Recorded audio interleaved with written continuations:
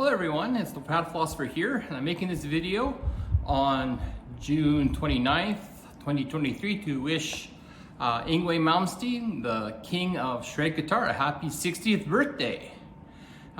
This is to be 60 years since Yngwie has blessed the earth with his shredding presence. Makes you start to feel old a little bit, eh? And it's also been 10th year anniversary of his autobiography, Relentless.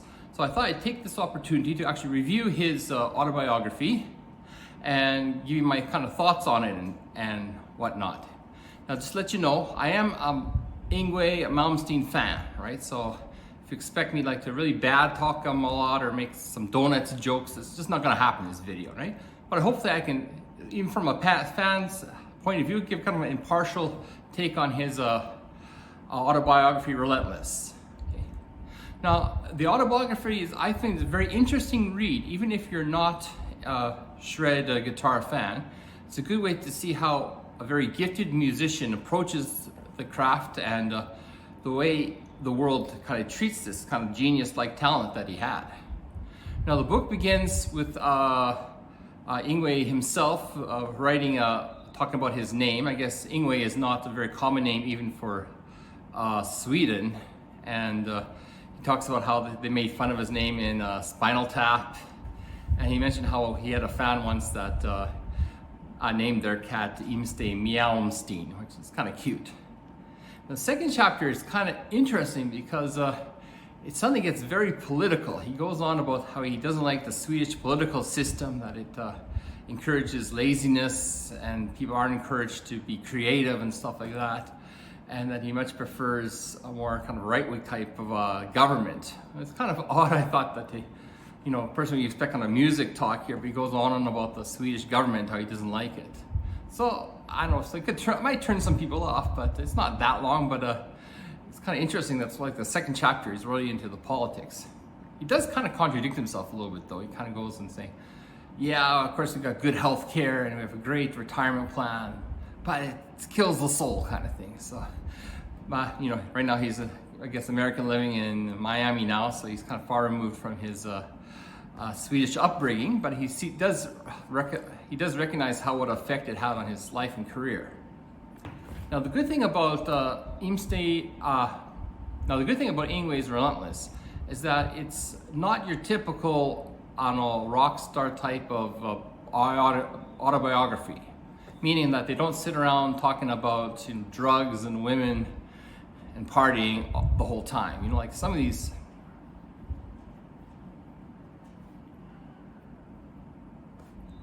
reviews, it's like they almost never get onto the music. Like The Dirt, it's all about the women. My favorite, Dave Mustaine, his autobiography, over half of it seems to be about his rehab talk. And Yngwie has the two, but it's a lot of other stuff in there for the guitarist or the music lover or person who wants to know how he got his talent. He really goes into that, which I thought was really good. Now, and also the thing I really liked about Relentless is that he is fairly impartial. He recognizes that he's not perfect. He recognizes that there's other stories goes on to it. He kind of gets this media perception that he's kind of selfish and he's kind of prima donna and everybody else is wronging him. But it's not like that at all in the book. For example, he talks about when he left Alcatraz, or whatever happened in Alcatraz. He says, well, this is my version of the story, and there's other versions of this story out there, but this is my version, right? So he's not saying his is the right version, but that's his version. Same thing when he talks about his relationships.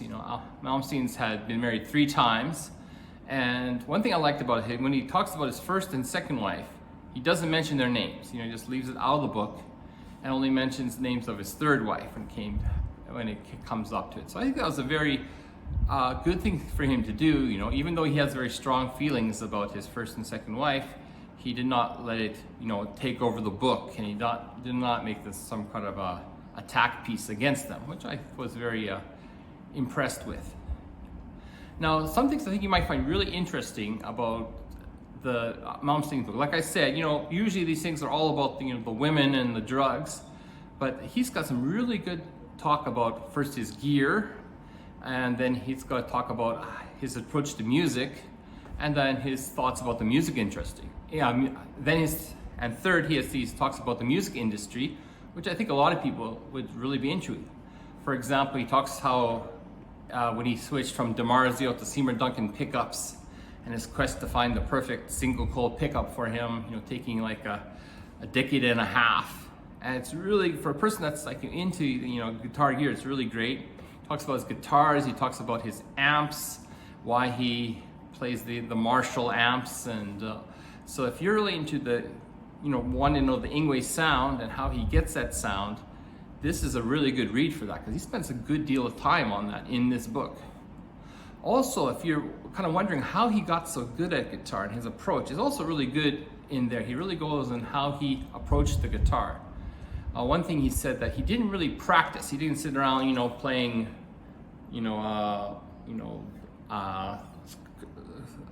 copying songs or playing chords and scales. He just kind of was fiddling on the guitar the whole time, and his approach was, I want to play better than the time before. So his goal is to try to learn something new every time he played the guitar. So it's really kind of like constant experimenting with the guitar. That's why he says a lot of times his solos are not the same live as when he does in recordings, because he wants to expand on what he did, even in a live situation. He always wants to do something better, always pushing himself. That's why it's one of the reasons why he got so good. Also, his practice technique, he goes and talks about how he went like weeks and weeks at a time practicing 12 to 16 hours a day, basically waking up with the guitar and falling asleep with the guitar, which is something actually Eddie Van Halen also said he did, so he had that time and dedication on there. And so it's learning about techniques and how to get good at guitar. It's a good book to read on that. It's how a person becomes such a master at the instrument. And of course he goes on his influences. He mentions, of course, Hendrix, seeing him doing the live TV show after he died. He never actually heard Hendrix before, but that was an influence on him. He talked about his Ritchie Blackmore influences and about his classical influences and how this all kind of combined to get his own unique sound, which I think a lot of people would enjoy reading about. He also goes quite a bit into the music industry, and how he actually kind of likes the music industry now more than before, because the YouTube allows you to express how you want to do it. While before, in the 80s when he came out, I guess he came out in 82 when he was 19, he had to kind of fit into a set formula that the music industry had for them, and like, for example, he talks about when he first came to America, he's more of a goth type of guy with straight hair and stuff, but that when he got into Steeler, then Alcatraz, they had to, perm the hair up and get up to that tight pants, 80s metal star type of persona, and he had to do it that way. And he mentions that how some of the reasons why he never, so this is something I thought was kind of very interesting about how he found it. But then he found later on with the internet, people can go search up his music, see how he did things live, and he could take more control of his own image and how he wants to be presented to the people, which I think was interesting.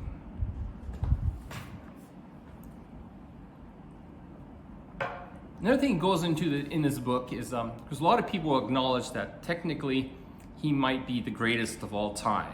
Maybe someone like Tosin Abasi, Steve Vai might also have a claim to that, but very few would, technically speaking, would not put Malmsteen in, say, the top 3 of all guitarists of all time, even though he's not really ranked as one of the greatest guitarists of all time. I think Time magazine had 9th. I've seen other, magazines rank him like top 30. But really, when you think about it, his skill is better than almost anybody out there. Maybe Steve Vai or somebody might be similar, but very few people that really can. Maybe John Petrucci might be up there, but there's really few people that can match him. But he talks about why he wasn't bigger. Why wasn't he not like a superstar? Well, there's a couple reasons there. First of all, he was more like a take control type of guy. He wants to be in control of his music, and he was the leader. So when he started his bands in Sweden, he was in charge, and this is the way it's going to go. It's not democracy, and so that it was really good if you want to control what you're putting out, which I think he wanted to. But if you want to be like a team player and try to go for a commercial sound might be a little bit harder that way, right? But he mentions that there's a difference between a rock star and a musician, and he always wanted to be the musician. You know, he said anybody could be a rock star, but to be an actual musician, to be like the most skilled at the guitar, it takes a certain amount of practice and a certain amount of dedication and a certain amount of discipline that you don't really need when you're a rock star. He also mentioned, like in the 80s, is that the way the music industry worked, you know, he was really at the mercy of his label, right? You know, he said labels in the 80s, you know, they'd have many acts, but the ones that made money were maybe the top 2 or something like that. And those are the ones that got promoted. So he said on his label, you know, they had 2 bigger acts, there were 2 bigger acts than him that were promoted more. And when his album came out, there really wasn't any support for it. He mentioned about time he just released a new album and is just ready to go tour with it and get promoted, and the record director says, so when's the next one coming out? He's like, guy, what are you talking about? I just released one like a couple of weeks ago. Aren't we going to like do something about this, you know? And so it's really interesting the way he took his take on the music industry at that time. Well, like I said, he doesn't really dwell too much on the rock and roll star, but of course there is some of that in there. You know, there's a couple of incidences where he talks about groupies almost got him killed. He talked about how his car accident. He talks about how his band members went nuts on them, and he talks about, you know, various trials and tribulations of being, you know, a rock star in the 80s and 90s and stuff like that. And so there is part of that, but it just doesn't dwell on it. It's not like constantly talking about going to rehab, like, which I kind of felt was like Musteen's autobiography. So, oh, we're going to rehab again. Let's off to rehab, you know. He really takes a good balance of like the rock star persona, the music gear stuff, and being an artist, like how to be a good artist. So I would recommend reading this. It's not a very long read, and even if you're not a big Yngwie fan, you know, if you acknowledge that he's one of the most greatest guitarists of all time, you can learn something about how he approaches the guitar and why things were like as they were, and again, and you can really feel his love for the instrument. So I definitely recommend it. So once again, I'd like to wish, you know, Yngwie a happy 60th. Hope he gets another 60 under his belt and keeps shredding. Come back to Japan, you know, I'd like to see you live again if I can. And for people out there, Relentless is a 10-year-old book, but it's still a very good book and a very one I'd recommend to everyone out there. So everybody take care, please enjoy playing the guitar, and salut.